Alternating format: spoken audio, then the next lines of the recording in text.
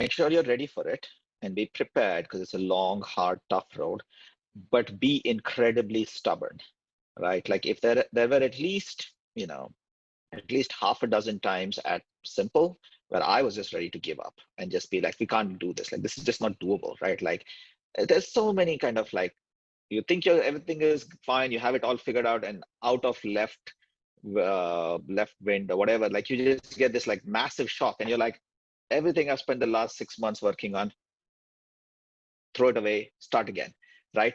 And that is, the only reason we succeeded is because we just kept at it, right? Like we never actually gave up, even though, and this is where having a good co-founder is useful because many times I persuaded Josh not to throw in the towel, and many times Josh persuaded me not to throw in the towel at Simple, right? We were never all three co-founders ready to give up at the same time, thankfully. So we never did.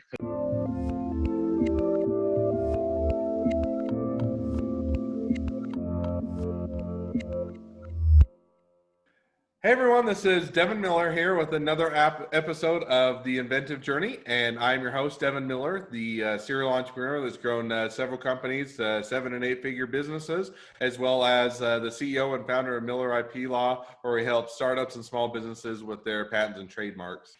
And on today's episode, we have another great guest, Shamir and Karkal. Is that right? Close enough? Close enough, yeah. Karkal.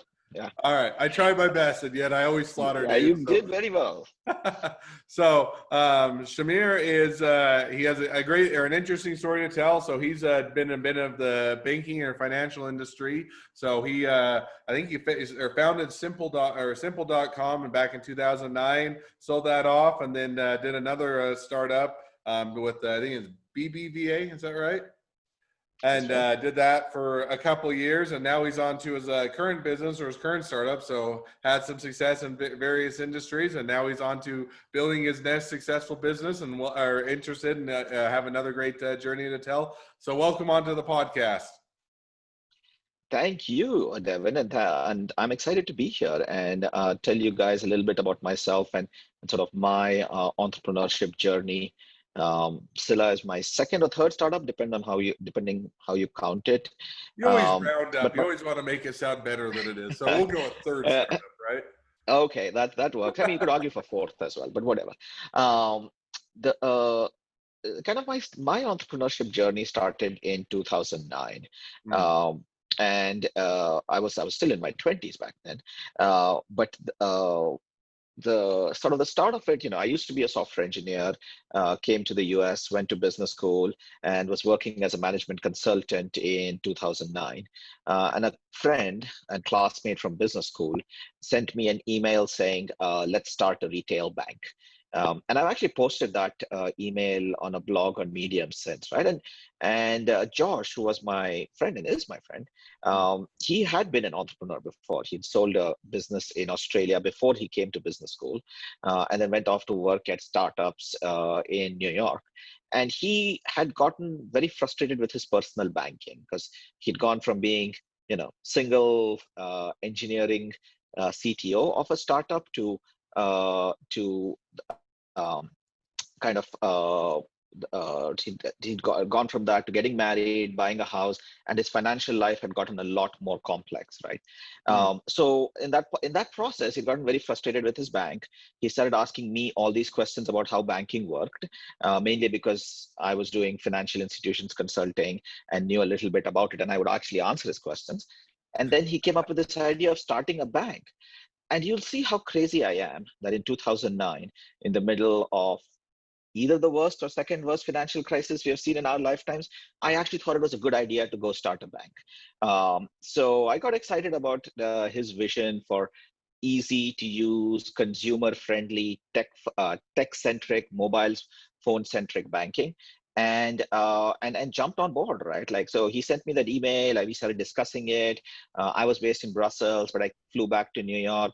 And a few months later, I hold on. I will let you get back to your journey, but just as a diving in, so if just to set the context, 2009, you got all these banks that are basically and financial institutes in general that are declaring bankruptcy, going bust. They've all made bad investments, and you thought, okay, with all of these banks closing, why don't I open my own bank? Is that about it? I mean, that does sound, makes it, first of all, open your own bank, period, sounds like a lot of work and effort, and to figure out all the regulations and the red tape. But then to do it in the midst of a terrible financial crisis makes it sound all the more crazy. So didn't mean to jump in. We just kind of glossed over that. Yeah, it was 2009. We just started a bank on one of the worst timing that you could have done, or maybe the best timing.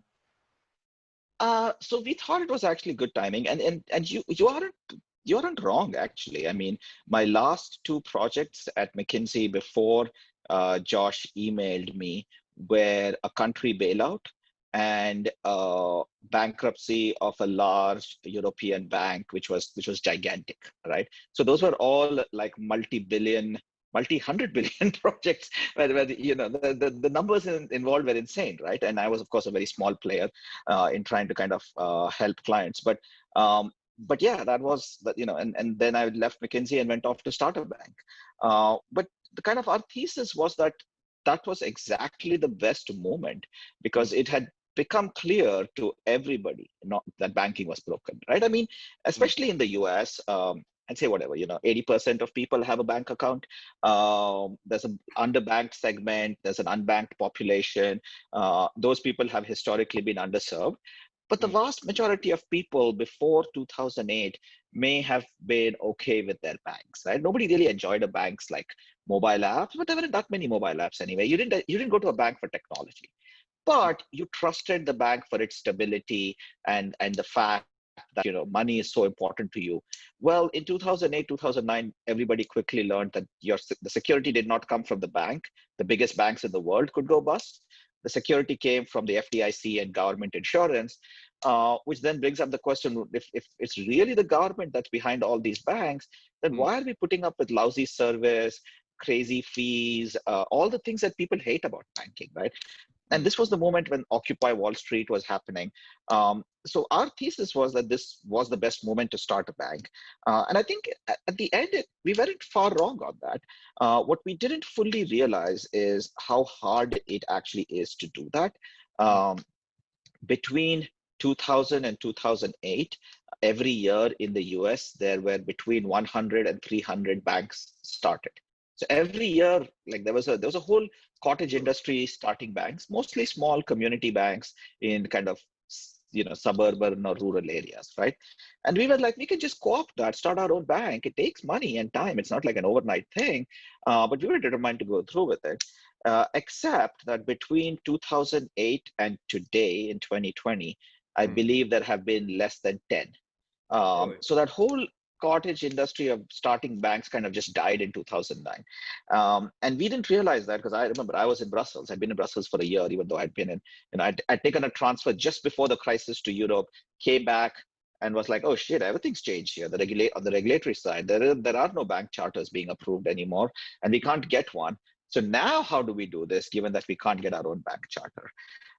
And we figured it out. We found a bank partner, we found a processor, figured out that it wouldn't work. I think everything that we figured out, we did it wrong at least once. And hey, it's all good startups do. You got to do it. You got to do everything wrong once to make sure you do it right the second time. If we did it wrong, if we did it right the second time, that was good for us. I think sometimes it was the third time. But anyway, we found a bank, we found a processor, figured out how to connect them, added like 3 or 4 more of them, and finally got to the point where we built like an API layer on top of which we could then build our web and mobile apps. And that was, that's when we launched Simple. That journey took 3 years. So from first email to actually launching Simple was a 3-year journey. And then less than like 22 months later, we sold it to BBVA, which is a big Spanish bank, for 117 million, right? And we had raised less than 20 million. So it was a good exit. Everybody made money. Some of the early investors made over 6x, which is, it's a decent venture return, right? And anywhere I can 6x my money, I'll take it. So sounds like a good return to me. Yes, and in less than 5 years, right? So it was a good return. I think nobody complained. And for us, I mean, obviously we made some money as well as founders and management, but I think we took a little bit over $8 million of that 117 and distributed it to about 100 employees. Every employee made money, and there were customer service people in their early 20s who kind of, a month after the sale went out and bought their first house, right? Which, Portland isn't that expensive, but it's not that cheap either. And so it was a life-changing event for a lot of people, and I'm pretty proud of that. Um, the kind of a few months after the acquisition, I was in the offices of the BBVA execs in Madrid, and one of the execs mentioned this idea of building an API platform. And for those of you who are not familiar, APIs are application programming interfaces. This is how computer systems connect to each other. So, you could think there's a lot of API companies out there now. Everybody from AWS to Stripe, Square. All of these are, they serve businesses online, but they serve them electronically by providing the ability to do things like operate data centers or process payments, right? And BBVA wanted to build an API platform for financial innovation, or fintech, really. And when I heard that, I was like, yes, please do it. The world needs API platforms in banking. If this had existed in 2010, Josh and I wouldn't have spent 3 years building our own, right? We could have Well, then you wouldn't focused have on building. you would have had such a good exit, so it still worked out all right. So Well, maybe if I were to jump in or just for a second and explain APIs, I think you did a good job. But if you're to say, hey, what makes a lot of times, whether it's, Square, or it makes, that you can log in or you can interconnect different websites. It can be banking, APIs can also be done, but it's really a way for different systems to talk to each other. And it's the protocols to allow them to talk to each other. So if you wanted to make something that, hooks into a banking system, or you want to have a payment platform like Stripe or Square or other things, if you're a third party, you use their APIs. It basically makes it so that you're sending data back and forth in the format that their system wants. Is that a fair summary? That is a very fair statement. And what APIs really allow is scale and speed, right? I mean, 50 years ago, you could walk into a bank and sign a piece of paper and say, pay X, and that's how all money used to move. There weren't that many computers 50 years ago, right? Everybody was still paper-based. I don't know. There's only Was there, so I guess much. maybe 70s, or maybe been a few computers, but certainly not a lot. So 50 years ago. The computerization of US banking really happened in the 70s. It was it started in the early 60s. The first computers, I think the first 10 IBM mainframe sales went to the Department of Defense, or different areas of the military, and insurers. And then very soon after that, banks, right? You got to remember, up until 1960, the word computer was a job description for a person. And what that person did was just add numbers in a ledger. And the place that had the most computers was banks. Like if you were a large bank and you had to produce your end of the quarter report, people would write it into ledgers, then ship the ledgers over at the branch. It would go up to regional headquarters, would then add it up there. Then regional headquarters would send it to the big city, and they would add it up there. It would take a month to add up all these numbers on paper, right? So as soon as electronic computers became available, banking execs were like, I can take this room full of 100 people writing on paper and replace them with one machine, which is only half the size of the room. Sold. Right? And so 60s and 70s, that's pretty much all the large banks in the US got in computers, right? So if we Which is now bringing it back to where we're at today, so we could go on nostalgia and computers and baking and all that for a long, deep rabbit hole. I'm a big history buff. Oh, and I am too. So it would be a fun conversation. But if we were to try and keep on topic and not do too many rabbit holes, so you did Simple. And then that got acquired or sold out to BBVA. You stayed with them for a period of time working with that. And then you said, okay, APIs came out. I can now, where it took me forever and learn a lot of mistakes and figure out how to do my own bank. Now I can simply do the APIs and be able to make those connections and hook up without having to do all that groundwork. So you had the idea. And what made you decide was, because you're working at the time at BBVA, and if I can say it right, and, why not go pitch it to them? Or, what was the decision between, no, I did. Them or doing it on your own? Well, I kind of, like I said, I try to do everything wrong once before I do it right. So when I heard the idea at BBVA, I was like, you should do it. And they were like, well, we don't know how. I was like, I'll write you a document. I'll tell you how to do it. And I did. And they spun up an internal ventures team to build this as a kind of an internal venture within BBVA. They asked me to be an advisor. And a year later, I was running that business. So I left Simple and moved to the parent company and built two API platforms, one in Europe and one in the US. And we built it and we launched it. And I spent 2 years of my life doing that. And even now, right, like if you go to the industry press, that they're touted as big successes. But what I quickly realized was I could build the tech, but I couldn't change the bank, right? And I couldn't change the bank's culture and processes and strategy and compliance and risk and legal. And so where a customer could spend 2 weeks integrating into the technology and be like, technical integration is done, we're ready to go live. I'm like, now starts your 2-year journey with our risk and compliance system at BBVA to get you launched, right? And that doesn't work in today's world. I'm not sure it ever worked, but definitely not in today's world, right? Like everything about innovation now is hyper competitive and hyper speed. For a bank, launching a new product is a 3-year journey. For a startup, launching a new product is like a 3-week, maybe 3 month for a complex product, right?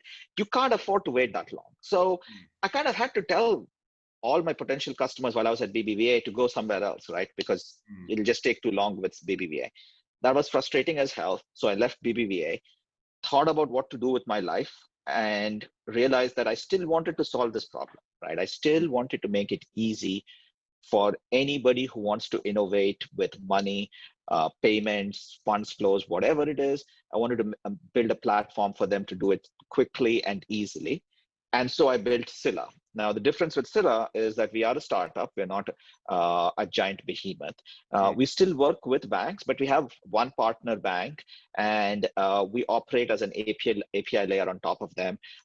We found a great bank who's able to move much faster and it's a small bank based in Memphis, Tennessee. So, they just move faster.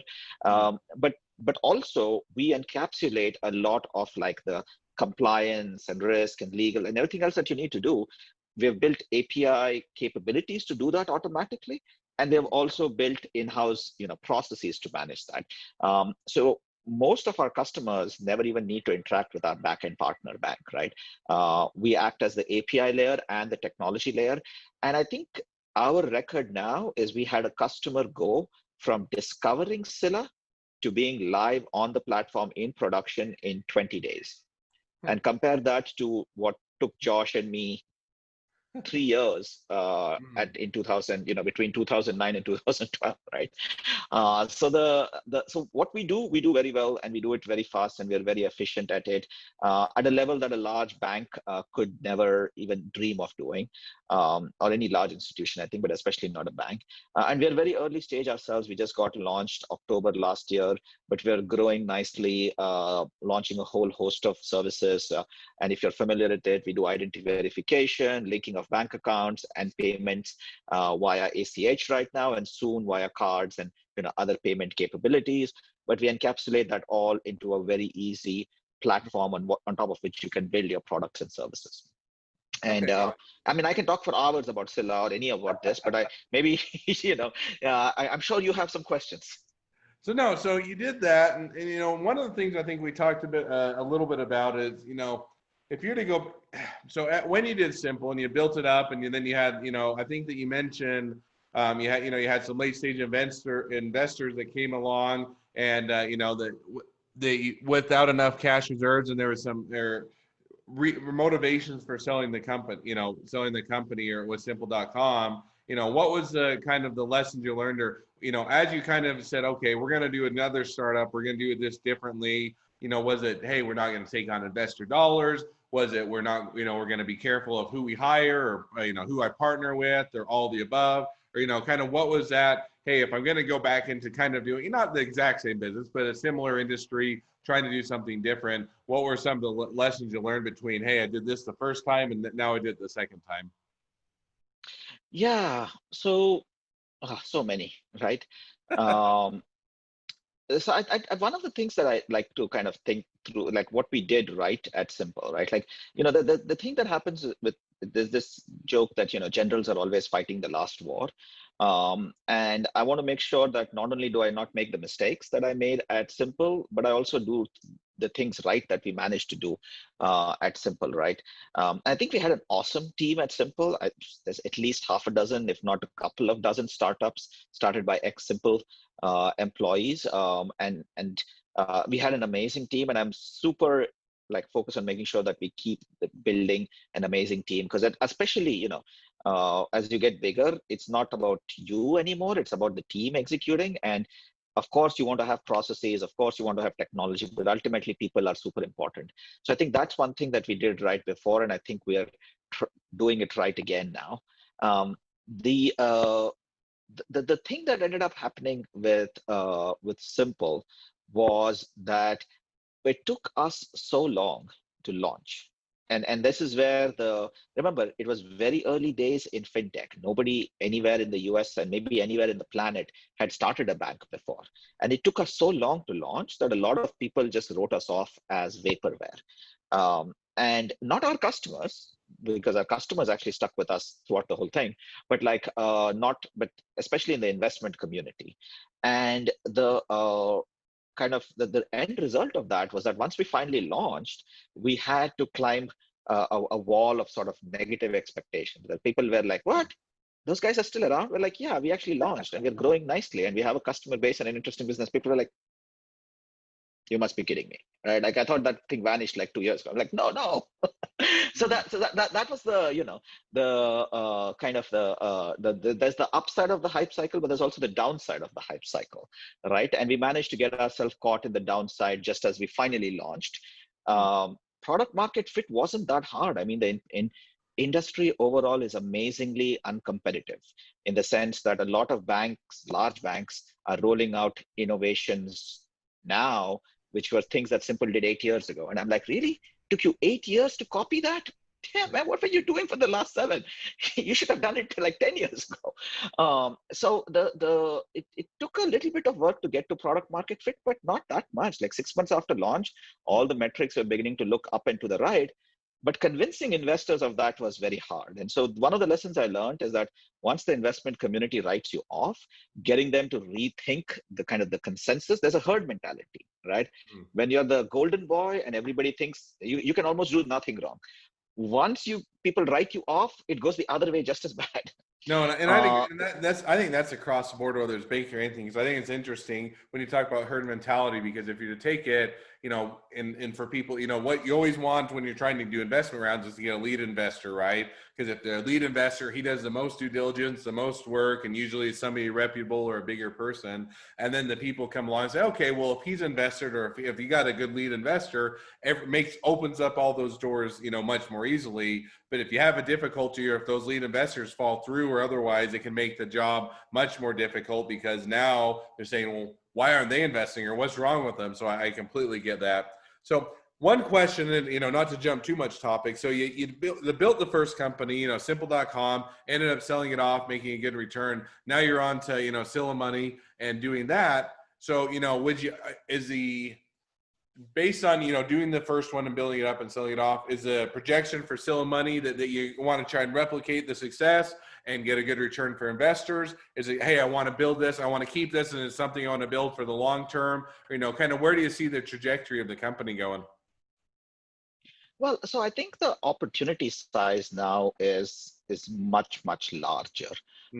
If you look at it, the kind of the over global advertising industry, right? The space that Facebook and Snap and Google, all of them make the revenue from advertising. That's like a 600 billion industry globally. Financial services as an industry is 15 to 20 trillion in annual revenue. It's one of the largest industries in the world, and that makes sense when you think about it, right? Like the world isn't built on advertising; it's built on like agriculture and transportation and construction and finance and things like that, right? Those are the building blocks of what people do. Advertising is just like a thin layer on top, right? And the world of finance has not changed much in the last 20, 30 years. Everybody from PayPal, which was one of the first fintech startups 21, 22 years ago, from PayPal to Stella, everybody combined is not even 1% market share of that 15, 20 trillion.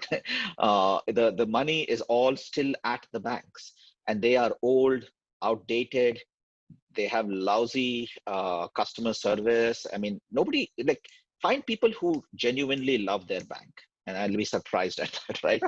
You can find people who love Facebook. You can find people who love Twitter, love Gmail. Also find people who hate it, right?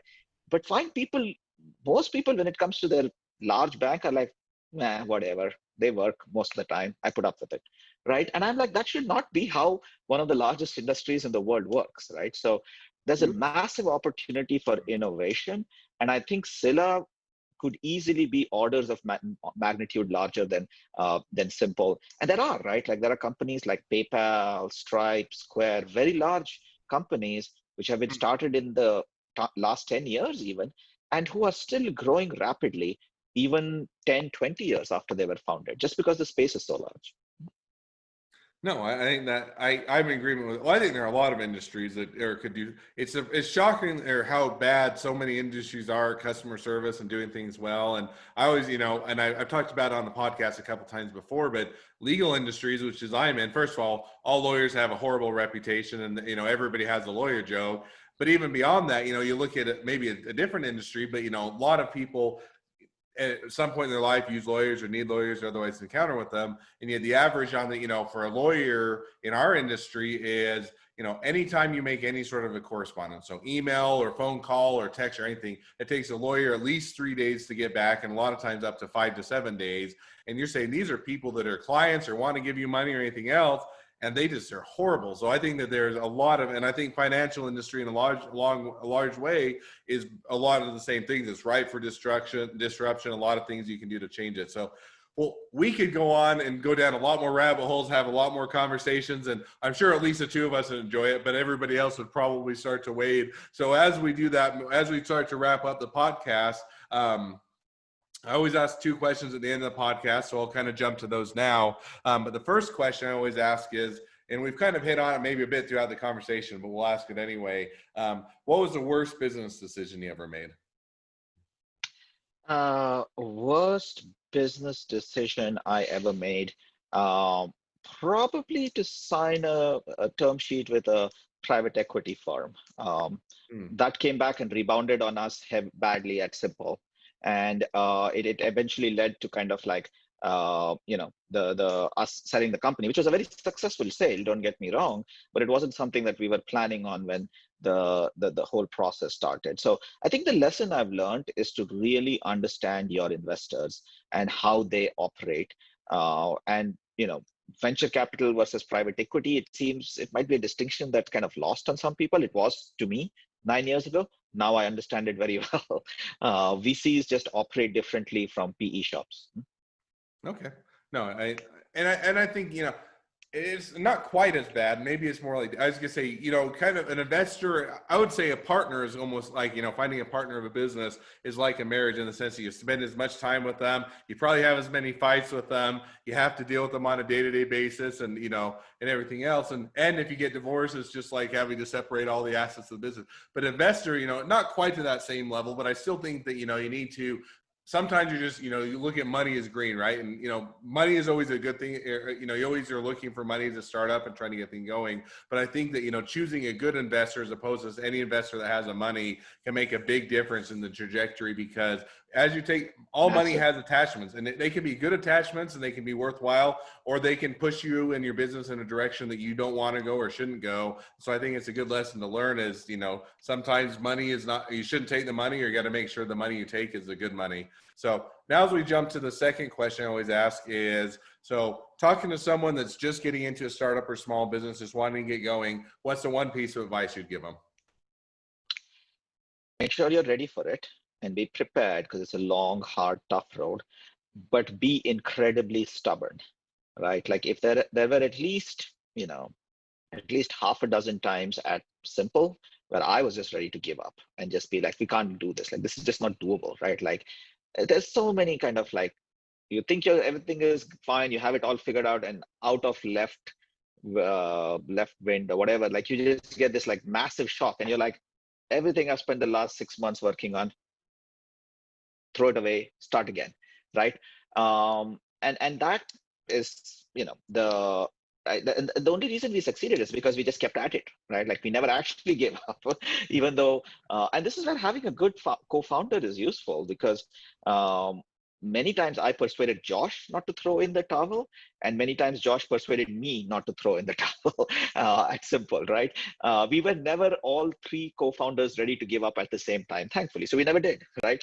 And that, I think, it's just raw stubbornness at some point is what you need sometimes to just overcome, right? No, and I'm in agreement. I think that a lot of different, and sometimes you have to gauge your stubbornness of, hey, sometimes we need to pivot or we need to make an adjustment. So I don't think the stubbornness comes at, hey, I'm going to just bury my head in the sand and never make an adjustment. But I think you have to have enough tenacity to realize everything's not going to go your way. You're going to have to be able to weather the storm and understand it and adjust it and everything else. And if you don't have that tenacity or that ability, then it's going to be very difficult if you're ever going to build a business. So I think that's a good piece of advice. So, well, as we wrap up, people want to check out your product. They want to invest in your product. They want to be a customer. They want to find out more information or just want to reach out to you. What's the best way to connect up with you guys? Go to the website, silamoney.com. That is SILAMONEY.com.